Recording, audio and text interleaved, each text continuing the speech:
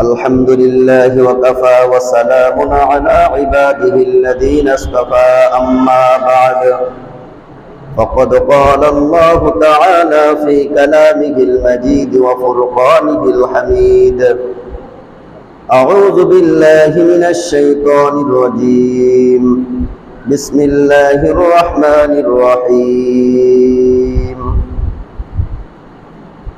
بسم الله الرحمن الرحيم قل إن صلاتي ونسكي ومحياي ومماتي لله رب العالمين وقال تعالى إن الله اشترى من المؤمنين أنفسهم وأموالهم بأن لهم الجنة وقال رسول الله صلى الله عليه وسلم من ترك صلاة متعمدا فقد كفر أو كما قال عليه الصلاة والسلام إن الله وملائكته يصلون على النبي يا أيها الذين آمنوا صلوا عليه وسلموا تسليما সবাই মন করে দুরূদ শরীফ পড়ি আল্লাহুম্মা সাল্লি আলা মুহাম্মাদ ওয়া আলা আলি মুহাম্মাদ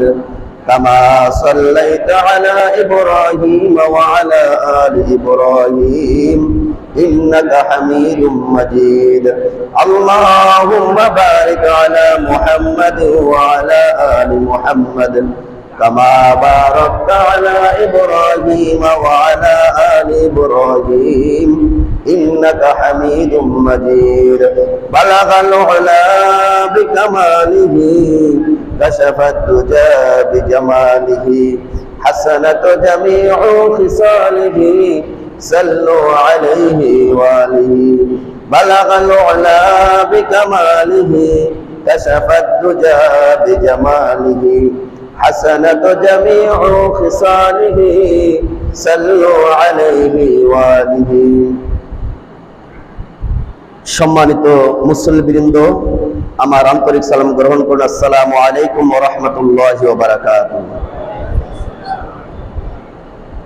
আজকে আনন্দময় একটা রাত যে রাতে আমরা সবাই একত্রিত হয়ে এশার নামাজ জামাতের সাথে আদায় করেছি আমি এই 4 বছরের মধ্যে আজকে খুব আনন্দিত যে আমরা সবাই একত্রিত হয়ে এত মানুষ এশার নামাজ জামাতের সাথে আদায় করেছি তো খুব ভালো লাগে যখন সব মুসলমান একত্রিত হয়ে কোনো দল মত ভেদাভেদ করে সবাই এক কাতারে দাঁড়িয়ে যায় কোনো গরিবকে ধনীকে কে কোন দল করে এটা অনুসরণ না করে সমস্ত মুসলমান এক কাতারে দাঁড়িয়ে যখন নামাজ পড়ে এক আল্লাহর হুকুম পালন করে তখন আনন্দময় লাগে এর জন্য আমরা যে আসতে পেরেছি এর জন্য শুকরিয়া আদায় করি আলহামদুলিল্লাহ আজকে বিষয় আলোচনা সংক্ষিপ্তভাবে কারণ আমরা এখানে মানুষ সবাই সারাদিন পরিশ্রম করে অনেক কষ্ট করে যাতে করে এমন কোন বক্তৃতা দেওয়া যাবে না এমন কোন আলোচনা করা যাবে না যাতে মানুষ কষ্ট হয় এর জন্য সংক্ষিপ্তভাবে আলোচনা করে শেষ করবো এবং দোয়া করব আমি 3টা বিষয় আলোচনা করব সংক্ষিপ্তভাবে আমরা সবাই মনোযোগ দিয়ে শুনবো আর এই আলোচনার কারণ হলো এই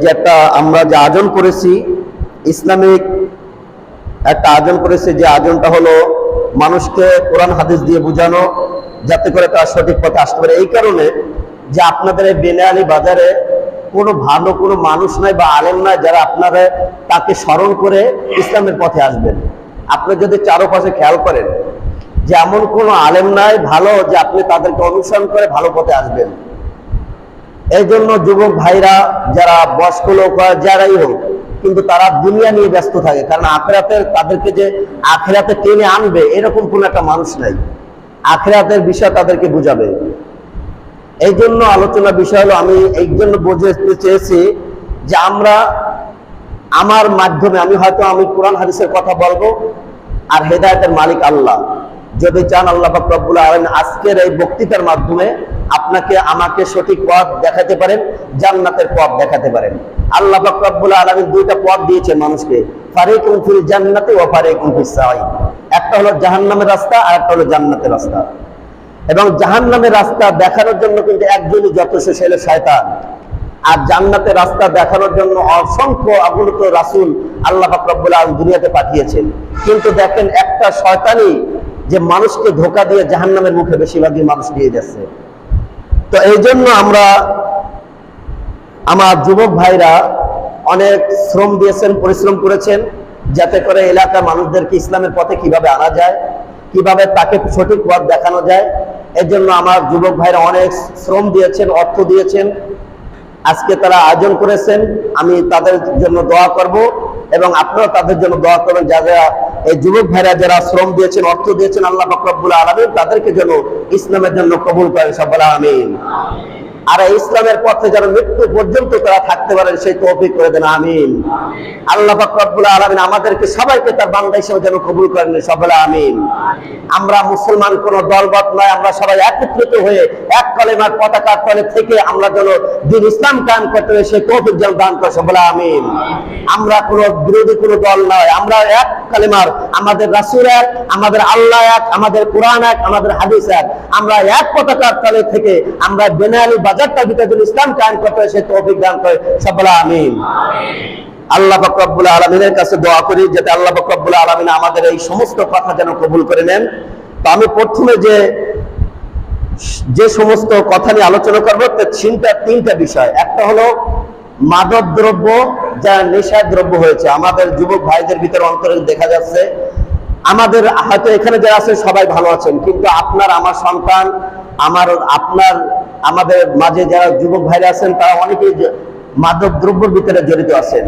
আর এই মাদক দ্রব্য এমন একটা খারাপ জিনিস, যেখানে মাদক দ্রব্যের কারণে বাপ পিতা মাতাকে হত্যা করা হয়, যেখানে মাদক দ্রব্যের কারণে মানুষকে সম্মান করা হয় না। এমন কিছু ঘটনা আছে যে ঘটনা যদি বস্তু দেখানো যায়, দেখবেন যে আসলে সবচেয়ে ক্ষতিগ্রস্ত করে মাদক দ্রব্য। যেখানে আপনি দেখবেন যে আল্লাহ পাক রব্বুল আলামিন এই মাদক দ্রব্য আমাদের জন্য হারাম করেছেন। আমরা সবাই এখানে মুসলমান, আর এই মুসলমান হতে গেলে একটা কিতাব, দুইটা কিতাব পালন করতে হবে, সেটা হলো একটা কোরআন আর একটা হাদিস। আজকে আপনার আমার জীবনে যদি দেখা যায় কোরআন হাদিস থেকে আপনার আমার সন্তান অনেক দূরে চলে গেছে, যেখানে আল্লাহ পাক রব্বুল আলামিন আপনার আমার জন্য মাদক দ্রব্য হারাম করেছেন, সেখানে আপনার আমার সন্তানরা খাইতেছে। এই মাদক দ্রব্যের কারণে ক্ষতিকর হলো ক্যান্সারের ক্ষতিকর, কিন্তু এটা সিগারেটের প্যাকেটে লেখা থাকে, তারপর আমরা জেনে বুঝে লিখে তারপরে পরে তারপরে ওইটা মাদক দ্রব্য শ্রবণ করতেছি। এটা আমাদের জন্য ক্ষতিকর, কিন্তু এটা জানার পরও আমরা কি করতেছি, এটার উপর আমরা আসক্ত হয়ে আছি। এই জন্য আমাদের প্রথমে হবে যে মাদক দ্রব্য এটা আমাদের ছেড়ে দিতে হবে। কিভাবে ছেড়ে দেবেন? আমি যে একটা প্রত্যেক দৈনিক 10টা সিগারেট খায় বা 20টা সিগারেট খায়, তাদেরকে হঠাৎ করে আপনি বললেই সে ছেড়ে দিতে পারবে না। যে 10টা সিগারেট খায় সে প্রথম দিনে 8টা সিগারেট খাবে, 2টা কমাই দেবে, এরপরে 6টা খাবে, আস্তে আস্তে কমাই দেবে। হঠাৎ করে কমানো যাবে না আর বলাও যাবে না। কিন্তু আমি যে বললাম আর আপনি মানলেন, এটা না। কিন্তু এখানে বলা হয়েছে আপনি যদি সত্যিকারে যদি কবরকে বিশ্বাস করেন, জান্নাত জাহান্নামকে বিশ্বাস করেন, আল্লাহকে যদি বিশ্বাস করেন, কোরআনকে যদি বিশ্বাস করেন, আল্লাহর কসম খেয়ে বলে আর যদি আপনি অমান্য করেন, আপনি মুনাফিক হয়ে মারা যাবেন। কারণ এই কোরআন দিয়েছেন আল্লাহ পাক রব্বুল আলামিন বিশ্ব মানুষের জন্য, এই মানব জাতির জন্য হেদায়েত স্বরূপ দিয়েছিলেন। কিন্তু আজকে আপনি কোরআনের আয়াত মানলেন, আপনি নামাজ পড়লেন, বলা হয়েছে আকিমুস সালাত, আপনি নামাজ আদায় করলেন, কিন্তু যেখানে মাদক দ্রব্যের কথা বলা হয়েছে সেটা আপনি মানলেন না, তাহলে আপনি তো মুসলমান হলেন না। এই জন্য মাদক দ্রব্য আগে আমাদের প্রত্যাহার করতে হবে এবং এটা ছেড়ে দিতে হবে, যাতে করে আমাদের, আপনি একটা জন্য যদি চিন্তা করে দেখেন, মাদক দ্রব্য এমন একটা খারাপ জিনিস, এমন একটা দুর্গন্ধ যে খায় তার পাশে বেরাও যায় না, থাকাও যায় না, এমন একটা গন্ধ জিনিস। কিন্তু তিনি কি মনে আসলে খাইতেছে জানি না। তবে আমি মনে করব, যদি আপনি মুসলমান হয়ে থাকেন, যদি মুসলমানের সন্তান হয়ে থাকেন, আর যদি আপনি চিন্তা করেন আমি বিড়িও খাবো, সিগারেট খাবো, নামাজও পড়বো, আপনার নামাজ কোনো কাজে আসবে না। এই জন্য আমি এইটা মাদক দ্রব্য এটা খাওয়া নিষেধ করার কারণ হলো এইটা আগে নামাজের আগে এগুলো প্রতিরোধ করতে হবে, প্রতিরোধ করতে হবে নামাজের আগে। আগে আপনার শরীরটাকে পবিত্র করতে হবে। আল্লাহ পাক রব্বুল আলামিন নিজে পবিত্র, জান্নাত পবিত্র, আর আল্লাহ পাক রব্বুল আলামিন পবিত্র মানুষদেরকে পছন্দ করেন। লা ইয়াদখুলুল জান্নাতা জাসাদুন আযাউযাউল বিল হারাম, উযিয়া বিল হারাম। আল্লাহ পাক রব্বুল আলামিন বলেন হারাম ভক্ষণকারী কখনো জান্নাতে প্রবেশ করবে না। কারণ হলো জান্নাত হলো পবিত্র জিনিস, সেখানে কখনো অপবিত্র ঢুকতে পারে না, কোনো জিনিস অপবিত্র জিনিস ঢুকতে পারে না। এখন আপনি যদি মাদক দ্রব্য করেন, আপনার শরীরে সারাদিন অপবিত্র থাকে, এই অবস্থায় নামাজ রোজা করলে কোনো কাজে আসবে না। এই জন্য আমি মুসলমান ভাইদেরকে বলবো, যুবক ভাইদেরকে বলবো, আপনারা যারা সিগারেট হোক, বিড়ি হোক, আবার অনেক কিছু আছে, গাঁজা, যাই হোক, আমি সবটা নাম জানিও না ভালো, এই যে নামগুলো আছে এইগুলো থেকে আমাদের ফিরে থাকতে হবে। আর এইটার কারণ হলো যে আমি এইটা এই জন্য বলতেছি যে আজকে মাদক দ্রব্যের কারণে মানুষ, ছেলেরা, আপনার যুবক ভাইরা, মুরব্বীরা খারাপ হয়ে যাচ্ছে।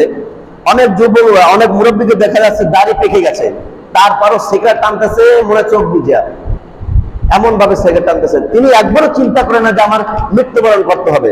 তিনি চিন্তা করেন না যে আমি সিগারেট খেতেছি, আমি তো নাবালক অবস্থায় আছি, এই অবস্থায় যদি আমি মারা যাই তবে আমি নাবালক অবস্থায় মারা গেলাম। দেখবেন কোন আলেম সিগারেটের পক্ষে কোনো কথা বলবে না, সবার বিপক্ষে বলবে, বিড়ি, সিগারেট, গাঁজা, যেটাই হোক। এই জন্য ভাই, আপনি একজন মুসলমান, আপনি একজন মুসলমান, এইটাই হলো আপনার সর্বপ্রথম পরিচয়। কিন্তু আপনি মুসলমান হয়ে কি কাজ করতেছেন দেখেন একটু চিন্তা করে। কি কাজটা খাইতেছেন?